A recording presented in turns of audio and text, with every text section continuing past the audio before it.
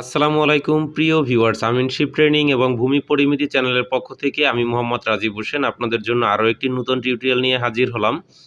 আজকে আমাদের টিউটোরিয়ালটির বিষয় হলো দলিল এবং খতিয়ানে ব্যবহৃত সমর্থক শব্দ। দলিল এবং খতিয়ানে সমর্থক শব্দের ব্যবহার। অনেক সময় দলিল খতিয়ানে অনেকভাবেই অনেক নাম লেখা থাকে, আমরা সেটির আসলে সঠিক নাম জানি না, হয়তোবা যে আমি একটি নাম জানি কিন্তু এটার বিপরীত নামটি কি সেটি জানি না। এরকম সময় অনেক সময় বাধা বিপত্তিতে পড়তে হয়। তাই এভাবে একটি ভিডিও তৈরি করলাম যাতে সমর্থক শব্দগুলো সবার দলিল কিংবা খতিয়ান পড়তে গেলে বা বুঝতে গেলে যাতে সমস্যায় না পড়তে হয় সেই বিবেচনায় এই ভিডিওটি তৈরি করলাম। অবশ্যই ভিডিওটি ভালো লাগলে লাইক কমেন্ট করবেন এবং বেশি বেশি শেয়ার করবেন। নূতন দর্শক যারা এই মুহূর্তে ভিডিওটি দেখছেন, অনুরোধ থাকবে অবশ্যই ভিডিওটি ভালো লাগলে চ্যানেলটি সাবস্ক্রাইব করে পাশে থাকা বেল বাটনটি অন করে রাখুন পরবর্তী ভিডিওর নোটিফিকেশন পেতে, এবং যারা অলরেডি চ্যানেলটি সাবস্ক্রাইব করে রেখেছেন তাদেরকে অসংখ্য ধন্যবাদ। চলুন এখন আমরা জেনে নেই তাহলে সমর্থক শব্দের ব্যবহার। যেমন প্রথমে যদি আমরা দেখি যে আসলে এখানে নামজারি, নামজারি এটির সমর্থক শব্দ হচ্ছে খারিজ। নামজারি ইংরেজিতে মিউটেশনও বলা হয়। আসলে আমরা এই নামগুলো শুনলে অনেক সময় কনফিউশন হই, অর্থাৎ যেটাই নামজারি সেটাই কিন্তু নাম খারিজ, সেটাই মিউটেশন। তাহলে আমরা জানলাম নামজারি, জমা খারিজ, মিউটেশন এগুলা সবই একই জিনিস। দ্বিতীয় নম্বরে যদি আসি তাহলে এখানে আছে দাখিলা। দাখিলা এটার সমর্থক শব্দ হচ্ছে রসিদ। আমরা অনেক সময় বলি যে এই দাখিলাটা কেটে নিয়ে আসো বা এটা এরকম, তাহলে রসিদ। এখন দাখিলা পূর্বে ব্যবহার করা হতো, এখন রসিদও বলা হয় এই শব্দটিকে। এমন দাখিলা বলতে রসিদ বোঝানো হয়, অর্থাৎ আমরা ভূমি উন্নয়ন যে কর দেয়া হয় বা আমরা দেই সেগুলোকে প্রমাণস্বরূপ যে রসিদ দেওয়া হয় সেটিকেই মূলত দাখিলা বলে বা সেটাই রসিদ। এখন হচ্ছে মিস কেস, এটার সমর্থক শব্দ হচ্ছে বিবিধ কেস। মিস কেসের বাংলা হচ্ছে বিবিধ কেস। জমির কাজে আপনার নামে যে নামজারি আছে সেই নামজারি যদি অন্য কেউ করে সেক্ষেত্রে আপনাকে ২০ টাকার কোর্ট ফি দিয়ে একটি আবেদন করতে হয় যাকে বিবিধ কেস বলা হয় বা মিস কেস।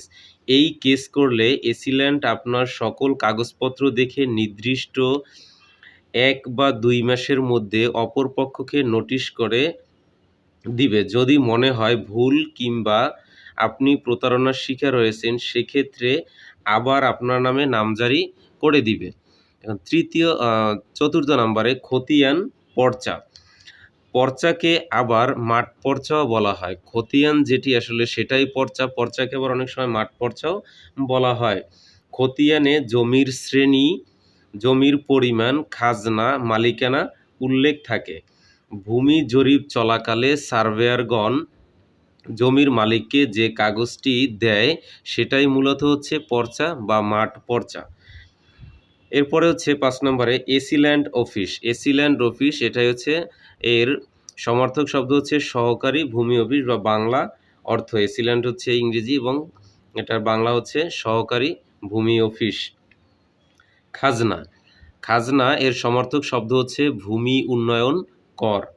সাধারণত খাজনা শব্দটি ১৯৭৬ সালের পরবর্তী সময়ে বাতিল করা হয়েছে আইনিভাবে। খাজনা শব্দটি বাদ দিয়ে ভূমি উন্নয়ন কর শব্দটি যোগ করা হয়, তবে এখনও পূর্বের যে কাগজপত্র রয়ে আছে বা এখনও যেগুলো আছে সেই কাগজপত্রে এখনও আপনি খাজনা শব্দটি দেখতে পাবেন, তবে এই বিষয়টি আইনসম্মত নয়। এরপরে হচ্ছে আপনার কায়েমি সত্ত্ব। এটার সমর্থক শব্দ হচ্ছে আপনার চিরস্থায়ী সত্ত্ব। সাধারণত কায়েমি সত্ত্ব এই শব্দটি খতিয়ানে পাওয়া যায়। এরপর হচ্ছে জরিপ খতিয়ান। জরিপ খতিয়ান এর সমর্থক শব্দ হচ্ছে রেকর্ডীয় খতিয়ান। পুরাতন খতিয়ানগুলোতে জরিপ বা রেকর্ডীয় খতিয়ান লিখিতভাবে পাওয়া যায়। এই শব্দগুলো অনেক সময় কনফিউশন করে দেয়, মূলত যেটি জরিপ খতিয়ান সেটাই রেকর্ডীয় খতিয়ান। সাধারণত সরকার ২০ কিংবা ৩০ বছর পর পর সরজমিনে গিয়ে পরিমাপ করে সিএসএসএ, আরএস, বিএস, বিআরএস এই খতিয়ানগুলো, এটা হচ্ছে এর উদাহরণ স্বরূপ। এরপরে হচ্ছে আপনার রাজস্ব অফিস, এটার সমার্থক শব্দ হচ্ছে অ্যাসিল্যান্ড অফিস। পূর্বে রাজস্ব অফিস ছিল, বর্তমানে একে AC land office oblique DC office oblique রাজস্ব অফিস পরিচালনা অ্যাসিল্যান্ড অফিস করে থাকে। এরপরে হচ্ছে জোত নাম্বার, এটার সমার্থক শব্দ হচ্ছে হোল্ডিং নাম্বার। পুরাতন দলিলে আমরা জোত নাম্বার দেখতে পাই, বর্তমানে আমরা হোল্ডিং নাম্বার পাই, আর এটা দিয়েই আমরা আমাদের খাজনা দিয়ে থাকি ভূমি অফিসে। 2 নম্বর রেজিস্টার এটা থাকে। হোল্ডিং নাম্বার আপনার বাসাবাড়িতে হোল্ডিং নাম্বার দেওয়া থাকে, এটা ধরে আপনার খাজনা প্রদান করতে হয়। এরপরে হচ্ছে রায়ত, এর সমার্থক শব্দ হচ্ছে প্রজা অবলিক কৃষি। রায়ত বলে যারা প্রজা কিংবা কৃষক ছিল তাদেরকে বোঝানো হয় রায়ত বলতে। এরপর হচ্ছে থানা, থানার এটা সমার্থক শব্দ উপজেলা। আসলে এটি একটি বড় একটি ঘটনা। এরশাদ সাহেব, আমাদের যে সরকার প্রধান ছিলেন জাতীয় পার্টির এরশাদ সাহেব, 1984 সালে বাংলাদেশে 14টি জেলাকে ভাগ করে দেয়, বিভিন্ন থানাকে জেলা বানিয়ে দেন। সেখান থেকে থানা শব্দটি বাদ পড়ে যায় এবং থানার জায়গায় উপজেলার সৃষ্টি হয়। এরপর হচ্ছে কবলা এবং খোশ কবলা। কবলা খোশ কবলা, এই কবলাটাই মূলতকে আমরা খাস কবলা বা খোশ কবলা বলে থাকি, বা বিক্রয় কবলাও বলতে পারি। একে এলাকায় বিভিন্নভাবে একে বলা হয়। এখন আপনি যেটা সহজভাবে বুঝতে পারেন, কবলা, খোশ কবলা বা খাস কবলা বা বিক্রয় কবলা, মূলত টোটাল জিনিসটি একটি জিনিসকে নির্দেশ করে।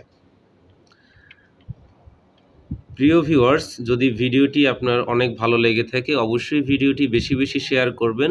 আজকে আমরা এই ভিডিওর মাধ্যমে জানলাম দলিল এবং খতিয়ানে সমার্থক শব্দের ব্যবহার, কোন শব্দের কি ব্যবহার। নূতন দর্শক যারা এই মুহূর্তে ভিডিওটি দেখছেন অবশ্যই ভিডিওটি বেশি বেশি শেয়ার করবেন এবং চ্যানেলটি সাবস্ক্রাইব করে পাশে থাকা বেল বাটনটি অন করে রাখবেন। অলরেডি যেসব দর্শক চ্যানেলটি সাবস্ক্রাইব করে রেখেছেন তাদেরকে অসংখ্য ধন্যবাদ। আপনাদের গুরুত্বপূর্ণ মতামত কমেন্ট করে আমাদের কমেন্ট বক্সে পাঠিয়ে দিন। অবশ্যই আমরা আপনাদের কমেন্ট আকারে ভিডিও প্রকাশ করার চেষ্টা করব। আজকে এখানেই বিদায় নিচ্ছি। আসসালামু আলাইকুম, আল্লাহ হাফেজ।